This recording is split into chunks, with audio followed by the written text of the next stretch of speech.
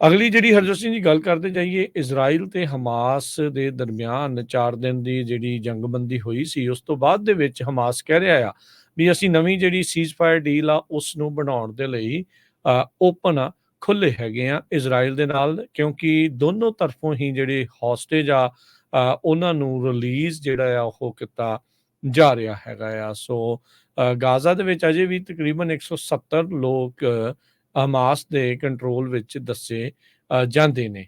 US ਦੇ ਜਿਹੜੇ ਅਧਿਕਾਰੀ ਆ ਉਹਨਾਂ ਨੇ ਕਿਹਾ ਆ ਵੀ ਉਹ ਗਾਜ਼ਾ 'ਚ 170 ਨੇ। ਯੂਐਸ ਅਧਿਕਾਰੀ ਜਿਹੜੇ ਉਹ ਕਹਿ ਰਹੇ ਆ ਵੀ ਸਾਰੇ ਦੇ ਸਾਰੇ ਹਮਾਸ ਦੇ ਦੁਆਰਾ ਨਹੀਂ ਹੈਗੇ।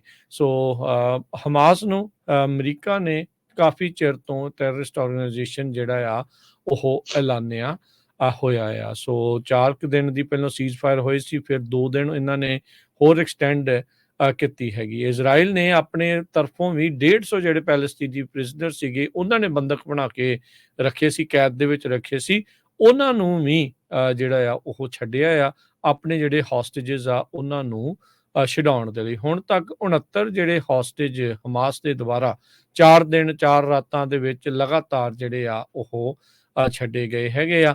ਸੋਮਵਾਰ ਦੀ ਰਾਤ ਨੂੰ ਵੀ 11 ਹੋਰ ਜਾਣੇ ਹਮਾਸ ਦੇ ਦੁਆਰਾ ਇਜ਼ਰਾਈਲ ਨੂੰ ਵਾਪਸ ਕੀਤੇ ਗਏ, ਜਿਨ੍ਹਾਂ ਦੇ ਵਿੱਚ 8 ਬੱਚੇ, ਇਹਨਾਂ ਵਿੱਚ ਇੱਕ ਜੋੜੇ ਜਿਹੜੇ 3 ਸਾਲ ਦੇ ਉਹ ਵੀ ਸ਼ਾਮਲ ਸੀਗੇ। ਸੋ ਇਹ ਹੁਣ ਅੱਗੇ ਕੀ ਹੁੰਦਾ ਆ ਇਹ ਦੇਖਣ ਵਾਲੀ ਗੱਲ ਰਹੇਗੀ। ਕਾਫੀ ਦਬਾਅ ਸੀਗਾ ਇਜ਼ਰਾਈਲ ਦੇ ਵਿੱਚ ਵੀ, ਇਹ ਬੰਦਕ ਬਣੇ ਲੋਕ ਉਹਨਾਂ ਦੇ ਪਰਿਵਾਰਾਂ ਦੇ ਦੁਆਰਾ ਵੀ ਭਾਈ ਤੁਸੀਂ ਅੰਨ੍ਹੇਵਾਹ ਬੰਬਾਰਡਮੈਂਟ ਨੂੰ ਹਾਲ ਦੀ ਘੜੀ ਬੰਦ ਕਰਕੇ ਤੇ ਭਾਈ ਸਾਡੇ ਜਿਹੜੇ ਹੌਸਟੇਜ ਆ ਉਹ ਛਡਾਓ।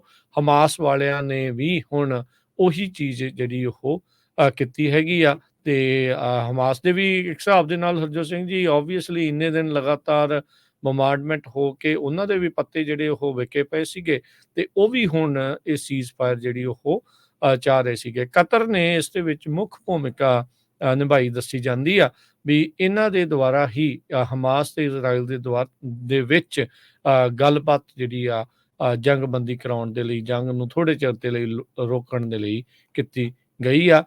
ਇਹ ਨਹੀਂ ਹੈਗਾ ਵੀ ਇਜ਼ਰਾਈਲ ਵਾਲੇ ਭੁੱਲ ਗਏ ਆ ਹਮਾਸ ਨੂੰ ਜਾਂ ਹਮਾਸ ਵਾਲੇ ਭੁੱਲ ਗਏ ਆ ਇਜ਼ਰਾਈਲ ਨੂੰ। ਇਹ ਲੜਾਈ ਮੁੜ ਦੁਬਾਰਾ ਵੀ ਜਿਹੜੀ ਆ ਉਹ ਸ਼ੁਰੂ ਹੋ ਸਕਦੀ ਆ, ਪਰ ਹੁਣ ਤੱਕ ਇੱਕ ਬਹੁਤ ਵੱਡਾ ਇਨਸਾਨੀ ਜਿਹੜਾ ਸੰਕਟ ਆ ਉਹ ਵੀ ਗਾਜ਼ਾ ਪੱਟੀ ਦੇ ਵਿੱਚ ਬਣਿਆ ਪਿਆ ਆ, ਜਿਹਦੇ ਵਿੱਚ ਅੱਧੇ ਤੋਂ ਵੱਧ ਪਾਪੂਲੇਸ਼ਨ ਕਹਿੰਦੇ ਆ ਵੀ ਡਿਸਪਲੇਸ ਹੋ ਚੁੱਕੀ ਆ, ਉਹਨਾਂ ਦੇ ਘਰ ਮਲਬੇ ਦੇ ਢੇਰ ਦੇ ਵਿੱਚ ਬਦਲ ਚੁੱਕੇ ਆ।